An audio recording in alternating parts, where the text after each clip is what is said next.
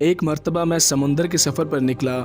مسافروں کی کل تعداد 30 تھی اور ہم سب ایک کشتی پر سوار تھے۔ ہمارا سفر انتہائی اطمینان کے ساتھ کٹ رہا تھا کہ اچانک ہوا چلنا شروع ہو گئی اور سمندر میں طوفان آ گیا۔ اس شدید ہوا اور طوفانی لہروں کے باعث ہماری کشتی اور سمندر میں موجود دیگر کشتیاں ڈولتی جاتی۔ کشتی کے مسافر اس صورتحال سے پریشان ہو گئے اور ہر کوئی اپنے اپنے خداؤں کو پکارنے لگا، کیونکہ کسی کو کچھ سمجھ میں نہیں آ رہا تھا کیا کیا جائے۔ سمندر سے اٹھنے والی لہریں ایک سمت کی بجائے ہر طرف سے کشتی کو اپنی لپیٹ میں لے رہی تھی۔ تھک ہار کر ملا نے بھی چپو چھوڑ دیے اور ایک طرف بیٹھ گیا۔ اب ہم میں سے ہر کسی کو یہ یقین ہو چلا تھا کہ موت یقینی ہے۔ سورج غروب ہونے کو تھا اور اس کی روشنی آہستہ آہستہ ختم ہوتی چلی جا رہی تھی۔ شام کا اندھیرا اور منزل کا کوئی پتہ نہیں۔ یہ بھی خبر نہ تھی کہ کشتی کس سمت میں جا رہی ہے اور سمندر کی لہریں اب کب تک کشتی کو سلامت رہنے دیں گی۔ اس خوف و ہراس کی حالت میں رات گزر گئی اور صبح کی ہلکی ہلکی روشنی پھیلنے سے ہر طرف اجالا ہی اجالا ہو گیا۔ کشتی کے رات بھر ہچکولے کھانے کے بعد کسی کو کچھ خبر نہ تھی کہ ہم کہاں پہنچ گئے ہیں۔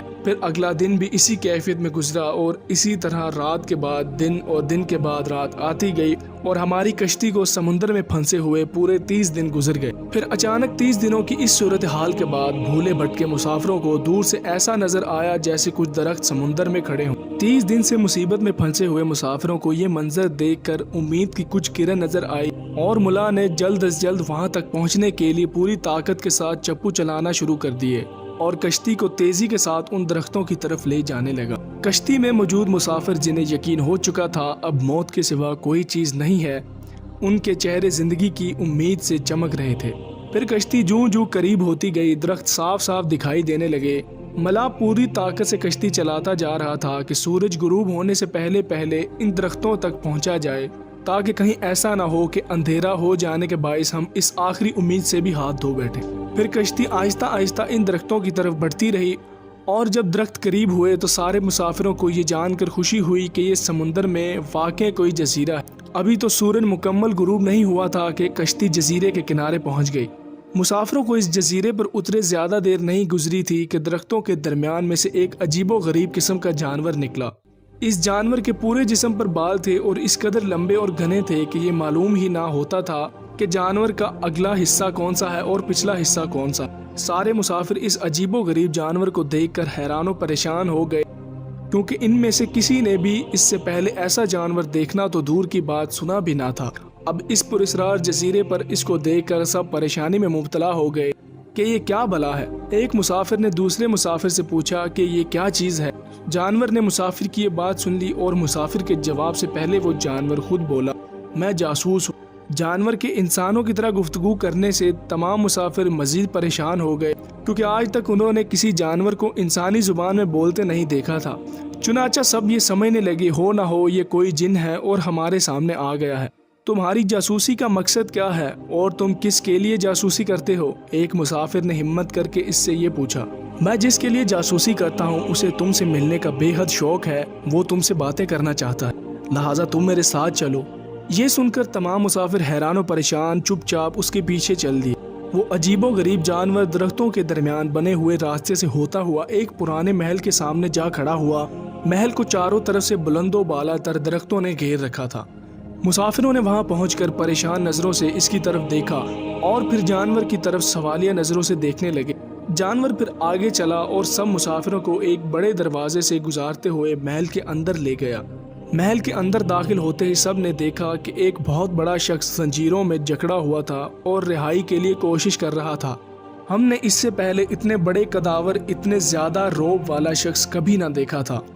ایک مسافر نے ہمت کر کے پوچھا، تم کون ہو؟ میں کیا ہوں اور کون ہوں یہ تو تم جان ہی لوگے، پہلے یہ بتاؤ کہ تم کون ہو۔ ان سے سوال کرنے والے مسافر سے پوچھا، ہم عرب قبائل الخم اور جزام کے لوگ ہیں۔ اور ساتھ ہی اس مسافر نے اپنے ساتھ بیتی اور یہاں تک پہنچنے کی ساری داستان سنا دی۔ اس قید میں جکڑے ہوئے شخص نے کہا، ذرا مجھے نخلستان بیسان کے متعلق تو بتاؤ، اس کے متعلق کیا جاننا چاہتے ہو؟ ایک مسافر نے پوچھا۔ خبردار، ان قریب ان پر پھل لگنا بند ہو جائے گا، وہ قیدی غصیلے انداز میں بولا۔ پھر وہ مسافروں سے مخاطب ہو کر کہنے لگا، اچھا طبرستان کے دریاؤں کے متعلق تو بتاؤ۔ مسافروں نے کہا، دریا کے متعلق کیا پوچھنا چاہتے ہو؟ وہ بولا، اس میں پانی ہے؟ مسافروں نے کہا ہاں اس میں پانی ہے۔ اس نے کہا ان قریب اس کا پانی ختم ہو جائے گا۔ پھر وہ کہنے لگا مجھے زغر کے چشمے کے متعلق تو کچھ بتاؤ، کیا پوچھنا چاہتے ہو؟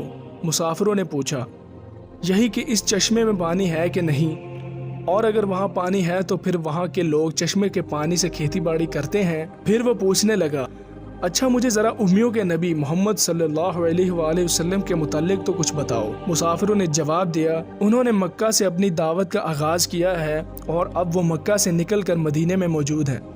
کیا وہ عرب کے لوگوں کے ساتھ کوئی لڑائی لڑے اور عربوں نے لڑائی میں اس کے ساتھ کیا سلوک کیا؟ جواب ملا لڑائی میں وہ عربوں پر غالب رہے اور بہت سے عربوں نے تو ان کی اطاعت بھی قبول کر لی۔ یہ سنتے ہی وہ غصے سے بھنکارا اور زنجیروں کو جھٹکا دیا۔ پھر مسافروں کو مخاطب کر کے بولا اب میں تم کو اپنے متعلق بتاتا ہوں کہ میں دجال ہوں، اور تمہاری باتوں سے یہ معلوم ہوتا ہے کہ مجھے یہاں سے نکلنے کی اجازت ملے گی۔ پھر میں اس جزیرے سے نکلوں گا اور 40 دن میں ساری دنیا گھوموں گا۔ دنیا کی کوئی بستی اور گاؤں ایسا نہیں ہوگا جہاں سے میرا گزر نہ ہو۔ یہاں مکہ اور مدینہ میں جانا میرے بس سے باہر ہے، مجھے وہاں جانے کی اجازت نہیں۔ میں ان دونوں شہروں میں داخل ہونے کی کوشش بھی کروں گا تو میرے آگے فرشتے رکاوٹ بن جائیں گے، ان کے ہاتھوں میں تلواریں ہوں گی اور وہ مجھ سے لڑیں گے۔ یہ داستان ہمیں ایک صحابی حضرت تمیم داری رضی اللہ عنہ نے سنائی جو اسلام قبول کرنے سے پہلے عیسائی تھے۔ یہ عجیب و غریب واقعہ دیکھنے کے بعد آپ نبی صلی اللہ علیہ وآلہ وسلم کی خدمت میں حاضر ہو کر مسلمان ہو گئے۔ آج کی ویڈیو کا اختتام یہیں پر کرتے ہیں۔ دوستو اگر یہ ویڈیو آپ کو پسند آئی ہے اور آپ کے علم میں اضافہ ہوا ہے تو ہماری اس ویڈیو کو لائک کر کے ہمارے چینل کو لازمی سبسکرائب کریں اور ساتھ لگے بیل آئیکن کو ضرور دبائیے گا تاکہ ہماری ہر آنے والی نئی ویڈیو آپ سب سے پہلے دیکھیں۔ ملتے ہیں ایک اور نئی ویڈیو میں، تب تک کے لیے اللہ حافظ، جزاک اللہ خیر۔